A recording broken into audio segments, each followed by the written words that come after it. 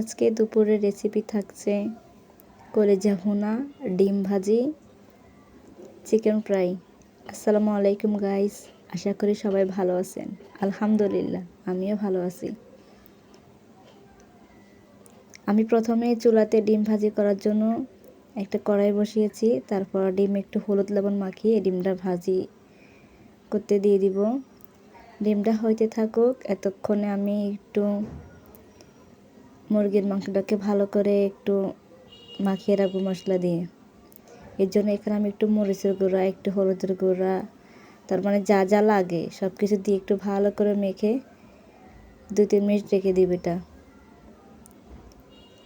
এদিকে আমার ডিম ভাজিগুলো প্রায় হয়ে গেছে। এখন আমি ডিমগুলোকে একটু নামিয়ে নিব। বেশি ভাজলে খাওয়া যাবে না, তাই একটু হালকা লাল লাল করেছি। এখন যে মাংসগুলো আমি মশলা মাখিয়ে রেখেছিলাম এগুলো এখন এক পিস করে সব দিয়ে দিব। সাইজগুলো খুব বড় ছিল, কারণ আমার কিচেন রুম যেরকম ওইরকম মানে সাইজের মাংসগুলো ছিল। যাই হোক, এই তো আমার মাংসগুলো প্রায় হয়ে গেছে। এখন এগুলো নামিয়ে ফেলবো। মাশাআল্লাহ, কালারটা অনেক সুন্দর হয়েছে। এখন আমি পোলাওর জন্য একটা পাতিল বসিয়েছি, একটু করে ঘি দিলাম, কারণ ঘি দিলে যে পেঁয়াজ বেরেস্তা করব যে একটা সুন্দর ফ্লেভার আসে, আর পোলাওতে একটা সুন্দর ফ্লেভার আসে। এখন আমি পেঁয়াজ বেরেস্তা করার জন্য আগে পেঁয়াজটা ভালো করে ভেজে নেব। আমার বাসার এখানে কয়েকটা ট্যাবলেট সাইজের বাচ্চা আছে।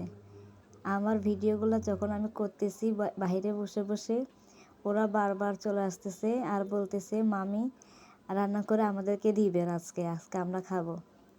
এই তো কথা বলতে বলতে আমার পেঁয়াজ বেরেস্তা হয়ে গেছে, আমি নামিয়ে রাখলাম। এখন পোলাওর চালটা ভালো করে ধুয়ে নিব।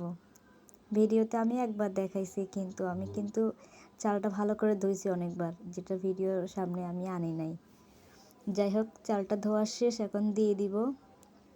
এখানে আমি পোলাওতে আদা আর লবণ দিয়েছি, ওইটা কিন্তু দেখানো হয়নি।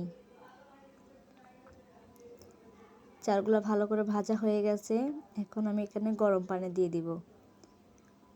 গরম পানি দিয়ে এখন একটু নেড়ে চেড়ে ঢাকনা দিয়ে দিব, যাতে ভালো করে বলক আসে।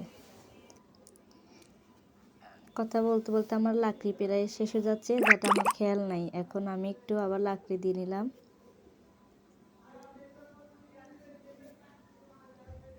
জালটা একটু প্রথমে বাড়িয়ে দিচ্ছি যাতে বলক আসে। এই তো ভালোই বলক আসছে মাশাআল্লাহ, আর অনেক সুন্দর একটা ফ্লেভার আসছে বলক আসার পরে। যাই হোক, ঢাকনা দিয়ে আবার রেখে দিব। এই তো মাশাআল্লাহ, আমার পোলাওটা অনেক সুন্দর হয়েছে, মানে একটু ঝরঝরে হয়েছে, আঠালো হয় নাই। অনেকের পোলাও কিন্তু আঠালো আঠালো হয়ে যায় বা বেশি নরম হয়ে যায়। মাশাআল্লাহ, আমার পোলাওটা অনেক ভালো হয়েছে। এখন কলিজা ভুনা করার জন্য এখানে আমি একটা কড়াই বসাইছি। তেল দিব, যা যা মশলা দেওয়া দরকার সব দিয়ে দিব। এখানে আদা বাটা, রসুন বাটা, পেঁয়াজ বাটা এগুলো সব দিয়ে নিচ্ছি আমি। এগুলো একটু ভালো করে ভেজে নিব।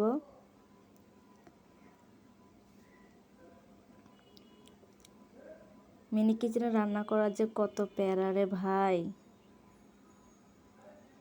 পাতিল একবার পড়ে যাচ্ছে, একবার উঠানো লাগতেছে, জাল নিভে যাচ্ছে। এই তো আমার মশলা ভাজা হয়ে গেছে। এখন এখানে হলুদ মরিচ দিয়ে দিব। এখানে কিন্তু আমি গরম মশলা দিয়েছি এবং মুরগির মশলা দিয়েছি।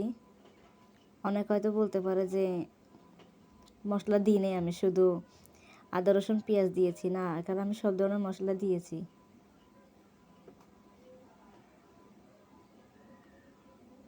এখন মশলাটা ভালো করে কষিয়ে নিব। এই তো মশলা কষানো হয়ে গেছে। এখন আমি এখানে কলিজাগুলো দিয়ে দিব।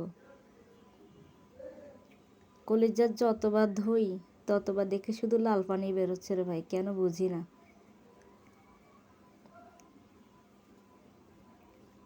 একটু ভালো করে কষিয়ে নিয়েছি। এখন এখানে আমি একটু বেশি করে পানি দিব, যাতে একটু মানে ভালো করে সিদ্ধ হয়। পানিটা দিলাম, একটু ভালো করে নেড়ে চেড়ে নেই। এখন ঢাকনা দিয়ে দিব ভালো করে বলক আসার জন্য।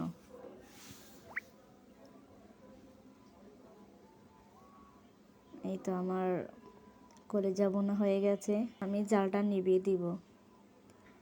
এটা আমি এ পর্যায়ে নামিয়ে নিব, তাই চুলার জালটা আমি এখন নিভিয়ে ফেলবো।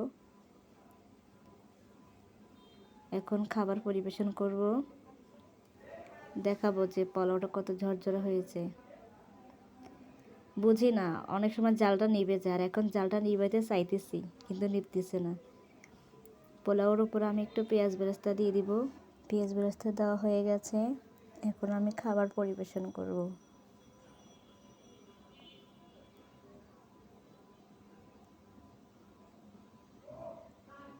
এই তো আমি পোলাও বেড়ে নিলাম।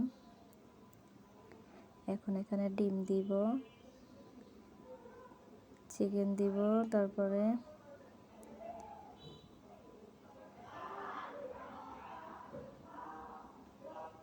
এখন একটু কলিজা ভুনা দিব।